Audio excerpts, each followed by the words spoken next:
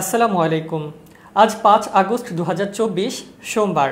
শুরু করছি change TV প্রতিদিনের গল্প অনুষ্ঠান। দর্শক, আপনাদের সাথে রয়েছি আমি মাহির দাইয়ান। শুরুতে জানিয়ে দিব সংবাদ শিরোনাম। যেভাবে পালিয়ে গেলেন শেখ হাসিনা, নতুন সরকারে থাকতে পারেন যেসব বিশিষ্টজন, যা হলো গণভবন ঘিরে। শুনছিলেন শিরোনাম, এবার বিস্তারিত। ভারতে পৌঁছেছেন শেখ হাসিনা। সোমবার পদত্যাগের পর দেশ ছেড়ে ভারতের উদ্দেশ্যে রওনা দেন তিনি। সঙ্গে তার বোন শেখ রেহেনা সহ পরিবারের অন্য সদস্যরাও রয়েছেন বলে খবর পাওয়া যাচ্ছে। বিবিসি বাংলার তথ্য মতে ভারতের আগরতলার উদ্দেশ্যে রওনা দিয়েছিলেন বাংলাদেশের সদ্য সাবেক প্রধানমন্ত্রী। ভারতীয় সম্প্রচার মাধ্যম CNN নিউজ 18 জানিয়েছে, এরই মধ্যে ভারতে পৌঁছেছেন শেখ হাসিনা।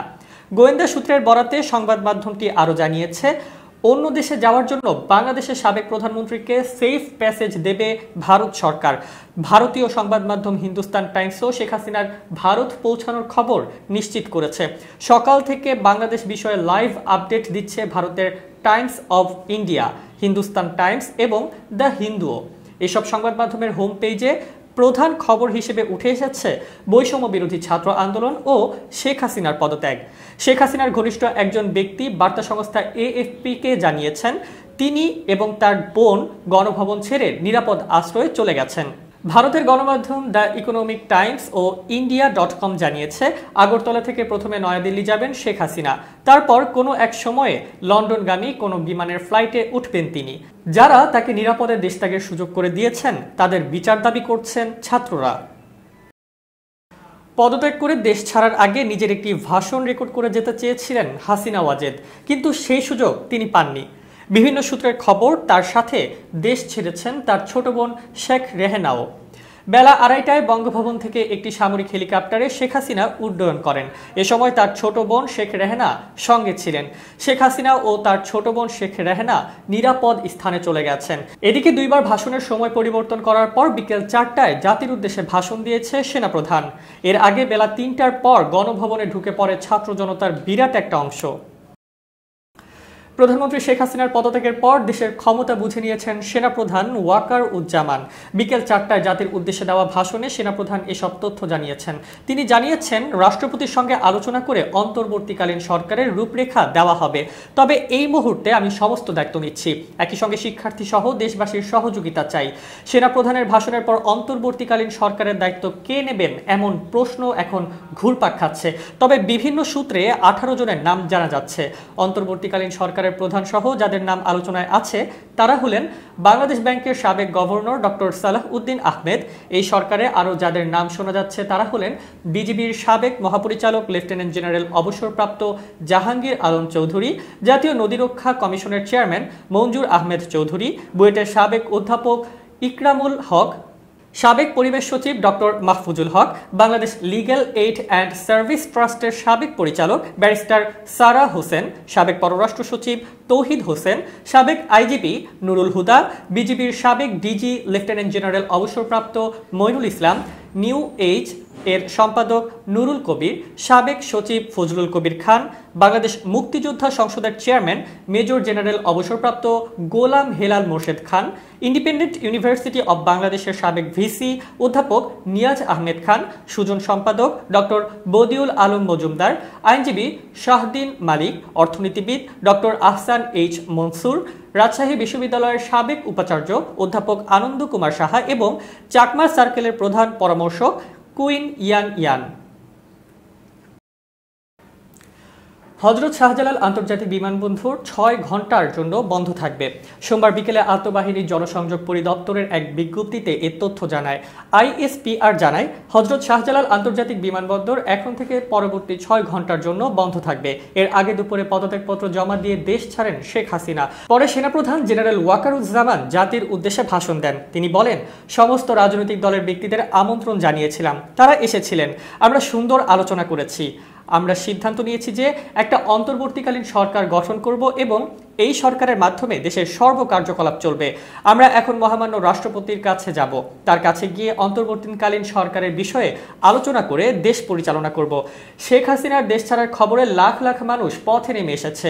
সন্ধ্যায় ISPR থেকে বিমানবন্দর বন্ধের ঘোষণা দেওয়া হলো।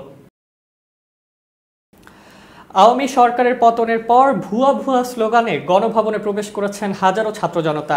গণভবনের প্রতিটি আসবাব যেমন লেপ, কাঁথা, বালিশ ও চেয়ার থেকে শুরু করে যে যা পাচ্ছে ভাগ করে নিচ্ছেন, যে যা পারছেন নিয়ে বের হয়ে যাচ্ছেন।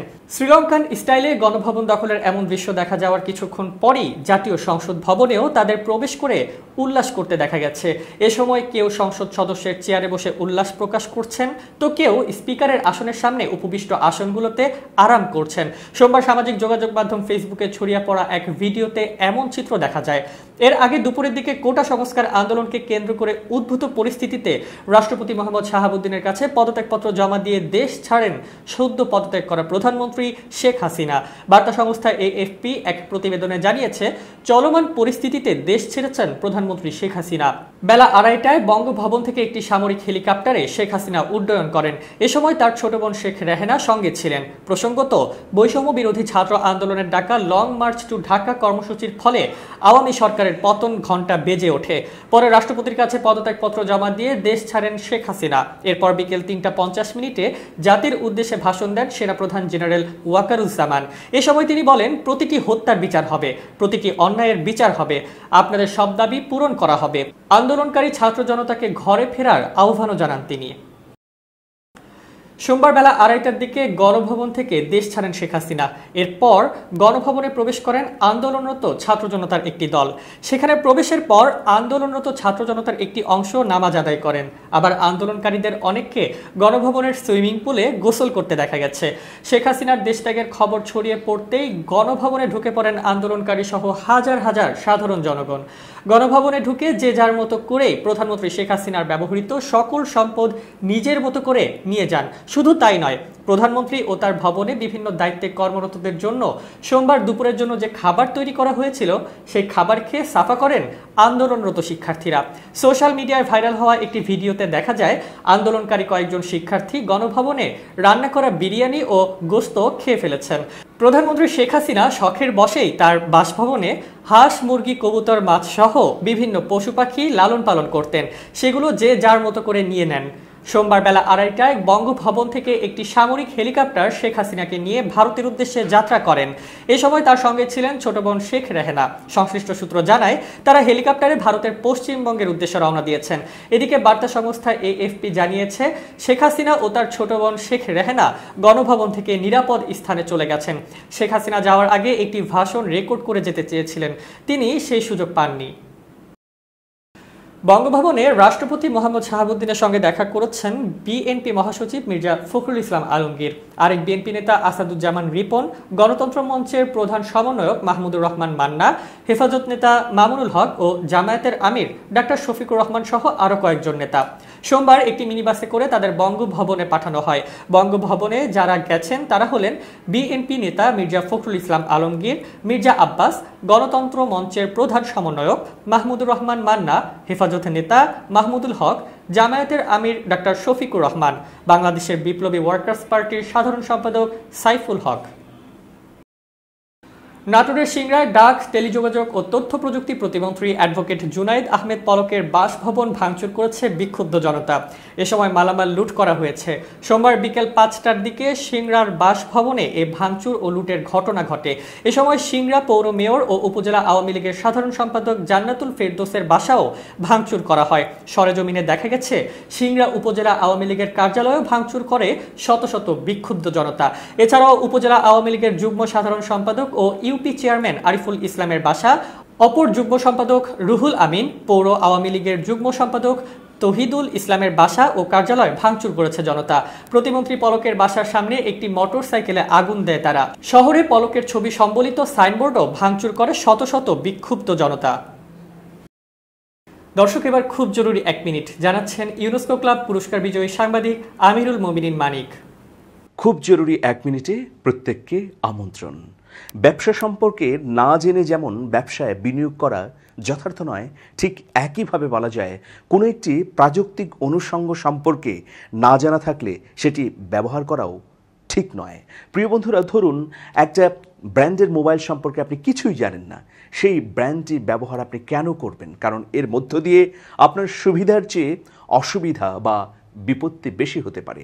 একইভাবে বলা যায় যে একটা অ্যাপস আপনি ডাউনলোড করলেন, যার সাধারণ উদ্দেশ্য আপনি জানেন, কিন্তু এর ভেতরকার সকল কর্মকৌশল জানেন না, তাহলে অবশ্যই এই ধরনের অ্যাপস বা অন্য যে কোনো প্রাযুক্তিক অনুষঙ্গকে পরিহার করা উচিত নিজের জীবনের নিরাপত্তার জন্য।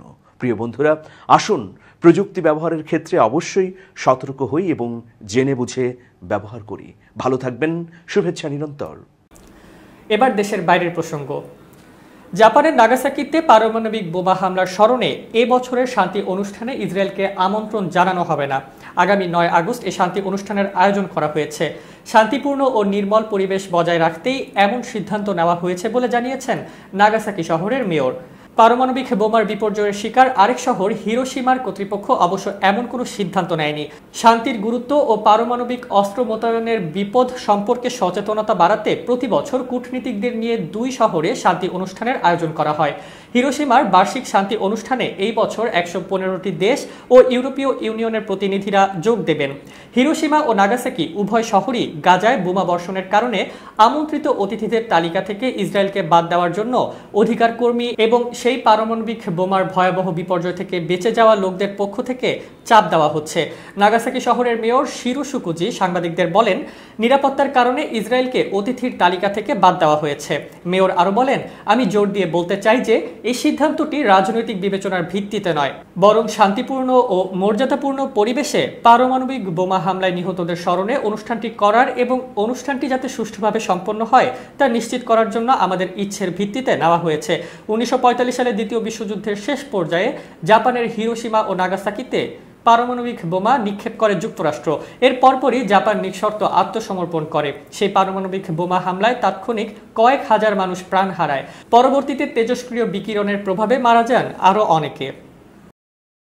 দর্শক, শেষ করছি প্রতিদিনের গল্পের আজকের গল্প। changetv.press বাংলাদেশের ইউটিউব জার্নালিজমের অগ্রদূত। ভিজিট করুন এর ওয়েবসাইট www.changetv.press, ইউটিউব youtube.com/changetvpress এবং সাবস্ক্রাইব করুন চ্যানেলটি। নিয়মিত লাইক, কমেন্ট ও শেয়ার করে আপডেট রাখুন নিজেকে। ভালো থাকুন, নিরাপদে থাকুন। শুভেচ্ছা নিরন্তর।